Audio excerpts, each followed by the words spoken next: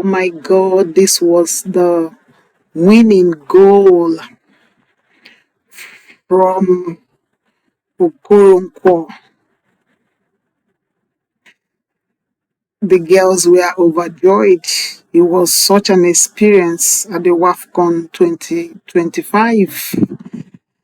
Their joy knew no bounds. These are girls who, through thick and thin, decided that they were going to win this match.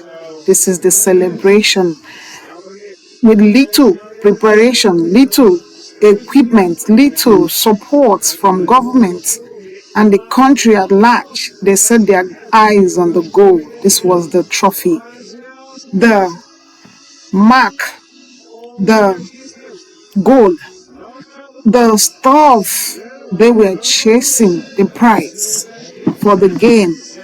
Whoever is seeking any medal is temperate in all things, that he may obtain a crown. The Super Eagles went to this tournament, Mission X, their 10th WAFCON tournament, and they were determined to bring back the trophy. They said Mission X activated and Mission X accomplished. At first, it didn't look like it was going to happen, with a Namibian referee who knew her job on the pitch. The girls had time to rejoice through the tournament. I think this was after their match with South Africa. They played, they rejoiced, they praised God, they did everything a team should do to win the trophy. Though there are many times it doesn't go our way, many times it might not be as planned, many times, we say that nobody comes to a tournament this strong to lose. It's a game. Anybody can win, anybody can lose. But I think that most of the times a more determined team and a more determined mind takes the trophy. Nigeria Super Falcons had a lot of challenges from their Ghanaian team, from their South African counterparts, from many rivals who were wishing them to take a bow before the end. But the girls were very optimistic. They played when it was time to play. So beautiful as they are, united, you will see that team play. So people are saying that the Super Eagles should learn from them, how together they are. This is Nadoze, our keeper. Though when the first goal came, she was demoralized. But now she's in high spirits, not even knowing how to celebrate the win. And I must tell you, these girls, we are resilient. We are resilient. Just like Okoronkwo said, we are Nigerians, we never give up. We are Nigerians, we don't give up. What God cannot do does not exist. I must commend Babajide, the captain of this team, who led her girls to the team, to the match, to the tournament, and brought back the trophy. She brought back the trophy. If there is one thing I must commend about this captain, is her teamwork with her mates, her encouragement, her prayers. They call her Mama Gio. She's always the bomb, and she has this epic song she always sings in every tournament. And when she was asked to say her winning song, she gave back her signature song. Now we the win, now you the work.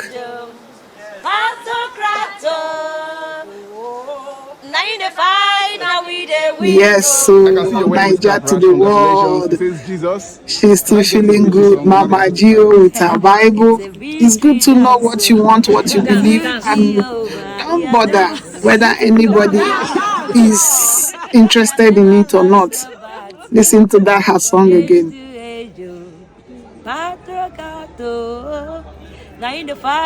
Now we the win. Remember, this is the trophy. Every eye was on this trophy. Morocco, a very good side. Nigeria equally a very good side. They had a lot of things at stake, you know.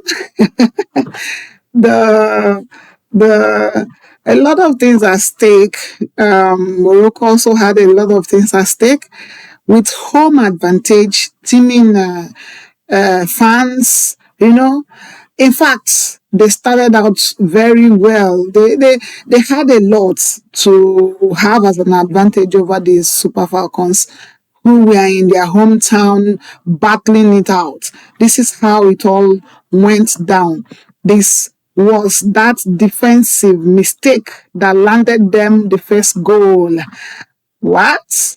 A very defensive oversight. And I know that a lot of persons were very angry with the Super Falcons.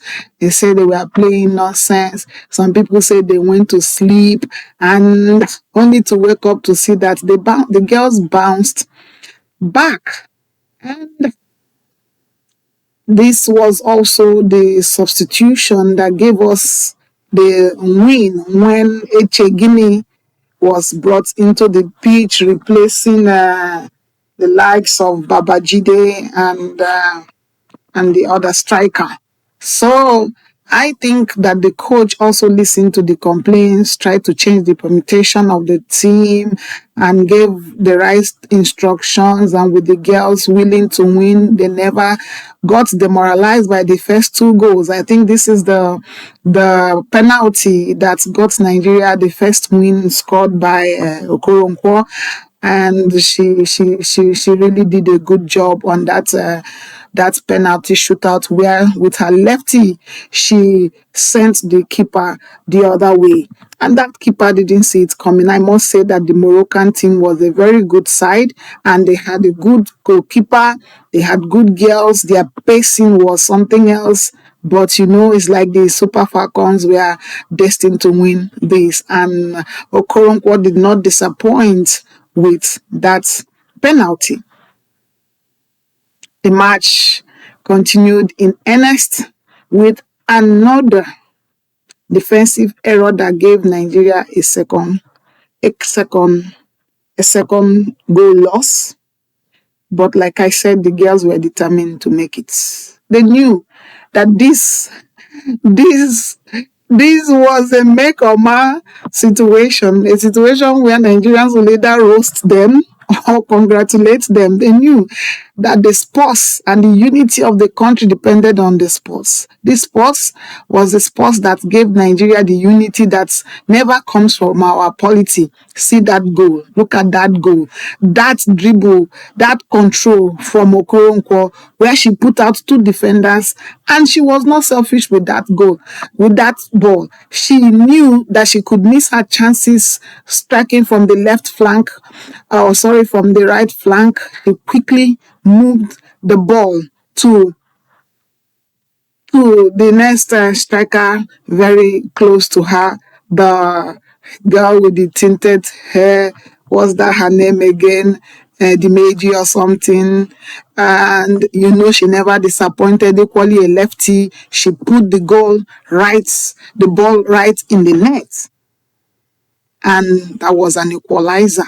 Nigerians came back. And I think that also had a way of lifting their spirits and gave them hope for winning. It was very close to the closing time. I think about less than 10 minutes into the closing time.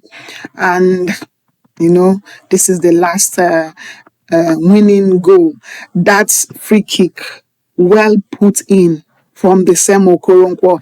She just a little lifts into the right places, and Ejegini finished it up.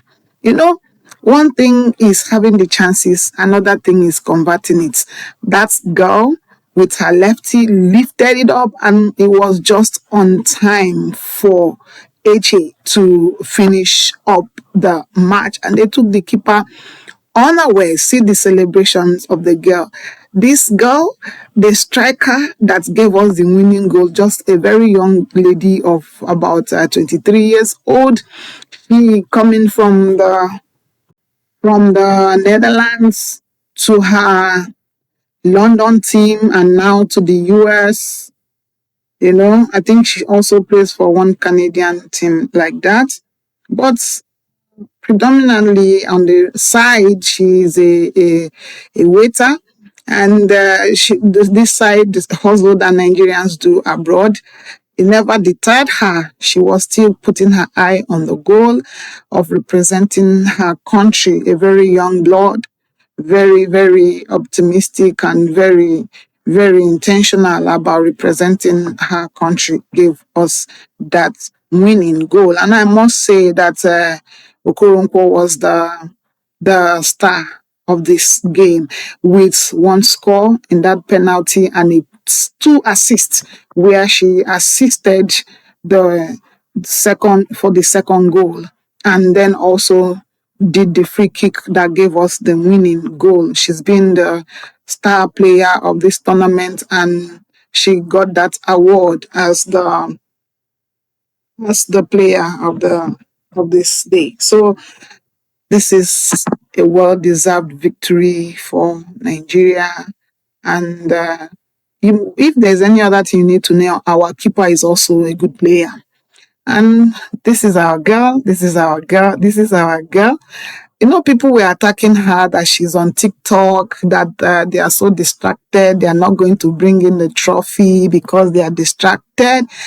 And she told them that that 5 minutes TikTok will not distract her or take her eyes away from the goal. These are young bloods that, these things make up their lives. They play a lot. And they also have their eyes on the goal. So if you also have a younger blood and you're thinking that they have a lot of distractions, do not equate them to yourselves feeling like they don't know what they're doing. They have to be who they are, young, very young at heart, play hard, and also work hard.